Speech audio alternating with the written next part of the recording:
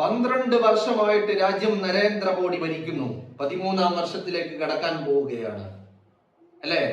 12 വർഷമായിട്ട് രാജ്യം നരേന്ദ്രമോദി ഭരിക്കുകയാണ്. അതുപോലെ തന്നെ മധ്യപ്രദേശ് 9 വർഷമായിട്ട് മധ്യപ്രദേശ് BJP സർക്കാർ സംഘ് പരിവാർ ഭരിക്കുകയും ചെയ്യുന്നു. ആ മധ്യപ്രദേശിലെ സിദ്ധി ജില്ലയിൽ നിന്ന് വരുന്ന ഒരു കാര്യമുണ്ട്, ഒരു കണക്കുണ്ട്. ആ കണക്കെന്ന് പറയുന്നത് വളരെ വളരെ വേദനാജനകമായ, ഞെട്ടിപ്പിക്കുന്ന, രാജ്യത്തെ സംഘപരിവാർ ഫാസിസ്റ്റ് ഭരണകൂടത്തിന്റെ ഏറ്റവും വലിയ അക്രമത്തിന്റെ ഒരു കണക്കാണ് പുറത്തേക്ക് വരുന്നത്. 9 വർഷമായിട്ട് മധ്യപ്രദേശിൽ BJP സർക്കാരാണ്. ആ മധ്യപ്രദേശിലെ ആരോഗ്യ മേഖലയെ കുറിച്ചുള്ള ഒരു കണക്കുകളാണ് പുറത്തേക്ക് വരുന്നത്. മധ്യപ്രദേശിലെ സിദ്ധി ജില്ലയിൽ 2026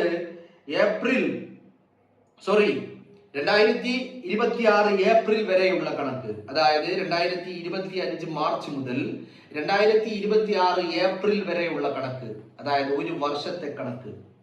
ഈ ഒരു വർഷത്തെ കണക്ക് എന്താണ്? ഈ ഒരു വർഷത്തെ കണക്ക് ഈ സിദ്ധി ജില്ലയിലെ ആശുപത്രി ഇല്ലാത്തതിന്റെയും ആംബുലൻസ് ഇല്ലാത്തതിന്റെയും പേരില് ഒരു വർഷത്തിനിടയിൽ ഈ സിദ്ധി ജില്ലയിൽ കൊല്ലപ്പെട്ടിരിക്കുന്നത്, മരണപ്പെട്ടു പോയിരിക്കുന്നത് 53 ഗർഭിണികളാണ്. 53 ഗർഭിണികൾ മരണപ്പെട്ടിരിക്കുന്നു. എന്തുകൊണ്ട്? ആശുപത്രി ഇല്ലാത്തത് കൊണ്ട്. എന്തുകൊണ്ട്? പിന്നെ ഉള്ളത് 70 കിലോമീറ്റർ അപ്പുറമുള്ള ഒരു സർക്കാർ ആശുപത്രിയാണ്. ആ ആശുപത്രിയിലേക്ക് എത്തിക്കുവാനുള്ള ആംബുലൻസ് ഇല്ലാത്തതിന്റെയും ഫലമായിട്ട് 53 യുവതികൾ, ഗർഭിണികൾ മരണപ്പെട്ടിരിക്കുന്നു. ഗർഭിണികളും ഗർഭസ്ഥ ശിശുവും. അപ്പോ എന്താണ് പ്രശ്നം? പ്രശ്നം ഒന്ന്, സിദ്ധി ജില്ലയിൽ ആശുപത്രിയില്ല, ഒരു പ്രസവം എടുക്കാനുള്ള ആശുപത്രിയില്ല. രണ്ടാമത്തെ പ്രശ്നം എന്താണ്? ഇനി ഉള്ള ആശുപത്രി 70 കിലോമീറ്റർ അപ്പുറമാണ്. അവിടേക്ക് ഒരു എമർജൻസി സിറ്റുവേഷൻ വന്നാൽ കൊണ്ടുപോകാനുള്ള ആംബുലൻസും ഇല്ല. ഈ 2 അടിസ്ഥാന സൗകര്യം, ഇത് നിങ്ങളൊന്ന് ആലോചിക്കണം. ഒരു കീമോതെറാപ്പി ചെയ്യാനോ അല്ലെങ്കിൽ ഒരു ഡയാലിസിസ് ചെയ്യാനോ അല്ലെങ്കിൽ ഒരു മേജർ ശസ്ത്രക്രിയ ചെയ്യാനോ ഉള്ള സംവിധാനമില്ലാത്ത ആശുപത്രിയല്ല. ഒരു പേറെടുക്കാൻ സൗകര്യമുള്ള ആശുപത്രി ഇല്ലാത്തതിന്റെ പേരില്, ആംബുലൻസ് ഇല്ലാത്തതിന്റെ പേരില് മരണപ്പെട്ടിരിക്കുന്നത് 53 യുവതികളാണ്. അവരുടെ ഉദരത്തിലുണ്ടായിരുന്ന 53 കുഞ്ഞുങ്ങളാണ്. ഇപ്പൊ പുറത്തു വന്നിരിക്കുന്ന കണക്ക് പ്രകാരം ഈ മരണപ്പെട്ട 53 യുവതികളെയും കുഞ്ഞുങ്ങളെയും യഥാസമയം കൃത്യസമയത്ത് ആശുപത്രിയിൽ എത്തിച്ചിരുന്നെങ്കിൽ അവരിൽ 50 പേരുടെയും ജീവൻ രക്ഷിക്കാൻ കഴിയുമെന്നുള്ളതാ. ഇവര് മരണപ്പെടില്ല എന്നുള്ളതാ. ആശുപത്രിയിൽ എത്തിക്കാൻ കഴിയാതെ വന്നതുകൊണ്ട് മാത്രമാണ് മരണപ്പെട്ടത് എന്നുള്ള വാർത്ത കൂടിയാണ് പുറത്തേക്ക് വരുന്നത്. അപ്പൊ ഈ വാർത്ത വന്നതിന് തൊട്ട് പിന്നാലെ നാഷണൽ NHRC, ദേശീയ മനുഷ്യാവകാശ commission, national human resource commission ഇതിൽ കേസ് എടുത്തിട്ടുണ്ട്. എന്താ കേസ് എടുക്കുന്നത്?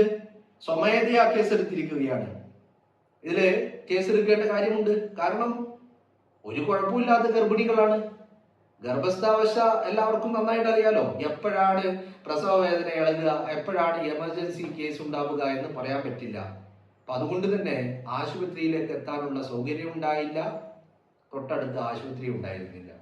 പേറെടുക്കാൻ പോലും ആശുപത്രിയില്ല. മധ്യപ്രദേശിലെ ഒരു ഗ്രാമത്തിന്റെ കഥയല്ല ഈ പറയുന്നത്. മധ്യപ്രദേശിലെ ഒരു ജില്ലയുടെ കാര്യമാണ് പറയുന്നത്. സിദ്ധി എന്ന് പറയുന്ന മധ്യപ്രദേശിലെ ഒരു ജില്ലയുടെ കാര്യം. സംഘ് പരിവാർ ഭരണകൂടം രാജ്യത്തെ തകർക്കുകയാണ്, രാജ്യത്തെ കുളം തോണ്ടുകയാണ്, രാജ്യത്തെ സംവിധാനങ്ങളെ തകർക്കുകയാണ്, രാജ്യത്തിന്റെ പാരമ്പര്യത്തെ തകർക്കുകയാണ് എന്ന് നമ്മൾ പറയുന്നതിന്റെ കാരണം ഇതാ. രാജ്യം കെട്ടിപ്പടുത്തിയ മുൻഗാമികളായിട്ടുള്ള ഭരണാധികാരികൾ ചെയ്തു വെച്ചത് ഇങ്ങനെ തുടരുന്നു എന്നല്ലാതെ, അതുപോലും നശിപ്പിക്കപ്പെട്ടുകൊണ്ടിരിക്കുന്നു എന്നല്ലാതെ രാജ്യത്ത് പുതുതായിട്ട് ഒരു സ്വാഭാവികമായിട്ടുള്ള വികസനം പോലും നടക്കുന്നില്ല എന്നുള്ളതാണ്. ഇപ്പൊ ഇന്ന് വന്ന മറ്റൊരു വാർത്തയുണ്ട്. കഴിഞ്ഞ മാസം നരേന്ദ്രമോദി ഉദ്ഘാടനം ചെയ്ത കോടിക്കണക്കിന് രൂപ ചെലവിട്ടുണ്ടാക്കിയ നാഷണൽ ഹൈവേ വിണ്ടുകീറി വിള്ളൽ വന്ന് തകരുന്ന കാഴ്ച നമ്മൾ കാണുകയാണ്. രാജ്യത്ത് ആരോഗ്യ മേഖല ഒരു ഭാഗത്ത് തകർന്ന് തരിപ്പണമായിരിക്കുന്നു, മറ്റൊരു ഭാഗത്ത് വിദ്യാഭ്യാസ മേഖല തകർന്ന് തരിപ്പണമായിരിക്കുന്നു. രാജ്യത്തെ ഏറ്റവും വലിയ നട്ടെല്ലായിട്ടുള്ള സമ്പദ് മേഖലയാണെങ്കിലോ അത് അതിനേക്കാൾ വലിയ ശോചനീയാവസ്ഥ. സംഘപരിവാറിന് എന്താ ആകെയുള്ളത്? സംഘപരിവാർ ആകെ രാജ്യത്ത് പറയുന്നത് എന്താണ്? RSSകാരനും BJPക്കാരനും ബജറംഗദളുകാരനും ഹനുമാൻ സേനക്കാരനും ഒക്കെ ചെയ്യുന്നത് എന്താ? ഏതെങ്കിലും മസ്ജിദുകൾ കണ്ടാൽ അതിന്റെ മുമ്പിൽ ഹനുമാൻ ചാലിസ ചെല്ലുക, ഏതെങ്കിലും മദ്രസ കണ്ടാൽ അവിടെ കയറി ജയ് ശ്രീറാം വിളി മുഴക്കുക, ഏതെങ്കിലും മുസ്ലിമിനെ കണ്ടാൽ തല്ലി കൊല്ലുക. പശുവിന്റെ പേരില്, ഗോമാതാവിന്റെ പേരില്, ബീഫിന്റെ പേരില്, വിശ്വാസത്തിന്റെ പേരില്, വസ്ത്രത്തിന്റെ പേരില് മുസ്ലിമിനെ കൂട്ടം കൂടി വളഞ്ഞിട്ട് ആക്രമിക്കുവാനും തല്ലി കൊല്ലാനുമല്ലാതെ രാജ്യത്തെ സംഘപരിവാർ ഭരണകൂടത്തിന് എന്താണ് സാധിക്കുന്നത്? രാജ്യത്തെ വിദ്യാഭ്യാസ മേഖല തകർന്ന് തരിപ്പണമായിട്ട് 17ഉം 18ഉം വയസ്സുമുള്ള വിദ്യാർത്ഥികള് ഈ വിദ്യാഭ്യാസ മേഖലയെ കുറിച്ച് പറയുമ്പോ അവനെ പാകിസ്ഥാനിയാക്കുക, അവരെ ഡീപ് സ്റ്റേറ്റ് ഏജന്റ് ആക്കുക, അവരെ ഭീകരവാദിയാക്കുക, അവരെ ദേശദ്രോഹിയാക്കുക, അവരെ തീവ്രവാദിയാക്കുക, ചാപ്പയടിക്കുക. എന്ത് ചോദിച്ചാലും പറഞ്ഞാലും അടുത്ത ആൻസർ എന്ന് പറയുന്നത് പാകിസ്ഥാനാണ്, ബീഫാണ്, മുസ്ലിമാണ്, ഗോമാതാവാണ്, പശുവാണ്, മസ്ജിദാണ്, മന്ദിറാണ്. ആരോഗ്യ മേഖലയെ കുറിച്ച് എന്തെങ്കിലും ചിന്തയുണ്ടോ? വിദ്യാഭ്യാസ മേഖലയെ കുറിച്ച് എന്തെങ്കിലും ചിന്തയുണ്ടോ? രാജ്യത്തെ സമ്പദ്ഘടനയെ കുറിച്ച് എന്തെങ്കിലും അറിവുണ്ടോ? ഒരു ചുക്കുമില്ല, ഒരു മണ്ണാങ്കട്ടയുമില്ല. രാജ്യം തകർന്ന് തരിപ്പണമാകുന്നിടത്ത് നിന്ന് പൂഴ്ത്തി വെച്ചിരിക്കുന്ന പല കാര്യങ്ങളും പുറത്തേക്ക് വരിക, പല വാർത്തകളും പല ഡാറ്റകളും. ഇപ്പൊ കഴിഞ്ഞ ദിവസം വന്ന മറ്റൊരു വാർത്തയുണ്ട്, അത് ഇതുമായി കൂട്ടിച്ചേർത്ത് വായിക്കേണ്ടതാണ്. നരേന്ദ്രമോദി ഡ്രീം പ്രൊജക്റ്റ് ആയിട്ട് രാജ്യത്തിന് മുന്നിൽ വെച്ചിരിക്കുന്ന എല്ലാ പ്രൊജക്റ്റുകളും അമ്പേ പരാജയമാണ്. ആ പരാജയം മറക്കാൻ വേണ്ടിയിട്ട് ഫേക്ക് ഡാറ്റകൾ ഉണ്ടാക്കിയിട്ട് രാജ്യത്ത് PR വർക്ക് നടത്തുകയാണ് എന്ന വാർത്തയാണ് കഴിഞ്ഞ ദിവസം നമ്മുടെ മുന്നിലേക്ക് എത്തിയത്. ഇന്ന് മറ്റൊരു വാർത്ത കൂടി വരുന്നുണ്ട്. ആ വാർത്ത എന്താണ്? ആ വാർത്ത അതിനേക്കാൾ വേദനാജനകമാണ്. ഇതോടൊപ്പം കൂട്ടിച്ചേർക്കേണ്ട ഒരു വാർത്ത തന്നെയാണ് അത് എന്നുള്ളത് കൂടിയാണ്.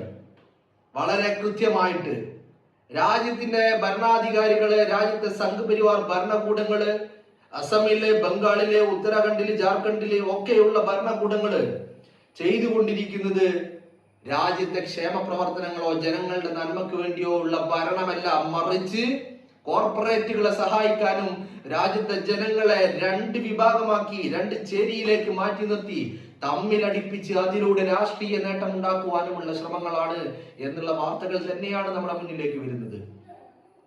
ഇപ്പൊ മധ്യപ്രദേശിലെ സിദ്ധിയിലെ 53 യുവതികൾ, ഗർഭിണികളായ യുവതികളും ഗർഭസ്ഥ ശിശുക്കളും ചികിത്സ കിട്ടാത്തതിന്റെ പേരില്, കൃത്യസമയത്ത് ചികിത്സിക്കാൻ പറ്റാത്തതിന്റെ പേരില് മരണപ്പെട്ട വാർത്ത വരുന്ന അതേ നിമിഷം തന്നെയാണ് മറ്റൊരു വാർത്ത കൂടി വരുന്നത്.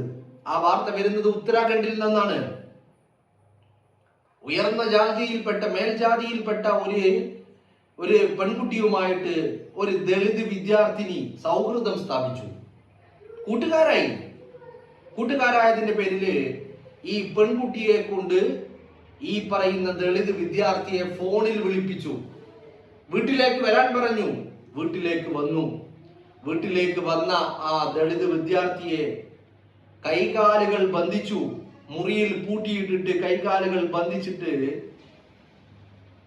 യേശുക്രിസ്തുവിനെ കുരിശിൽ തറച്ചതിന്റെ ദൃശ്യങ്ങളോ അല്ലെങ്കിൽ ഈ പറയുന്ന ചിത്രങ്ങളോ ഒക്കെ നിങ്ങൾ കണ്ടിട്ടുണ്ടാവും. അതുപോലെ ഈ ദളിത് വിദ്യാർത്ഥിയുടെ കാൽപാദങ്ങളിൽ ആണിയടിച്ചു കയറ്റിയിട്ട് ആ സവർണ ജാതിക്കാരെ ഈ ദളിത് വിദ്യാർത്ഥിയെ ക്രൂരമായി ആക്രമിച്ച് കൊലപ്പെടുത്തി. നിങ്ങളൊന്ന് ആലോചിച്ച് നോക്ക്. 18 വയസ്സുകാരനായ ഒരു വിദ്യാർത്ഥി, ദളിത് വിദ്യാർത്ഥിയാണ്, ആ വിദ്യാർത്ഥിയെ ആക്രമിച്ച് കൊലപ്പെടുത്തിയതിന്റെ കാര്യമാണ് ഇപ്പൊ വന്നു നിൽക്കുന്നത്. നിങ്ങളൊന്ന് ആലോചിച്ച് നോക്കുക.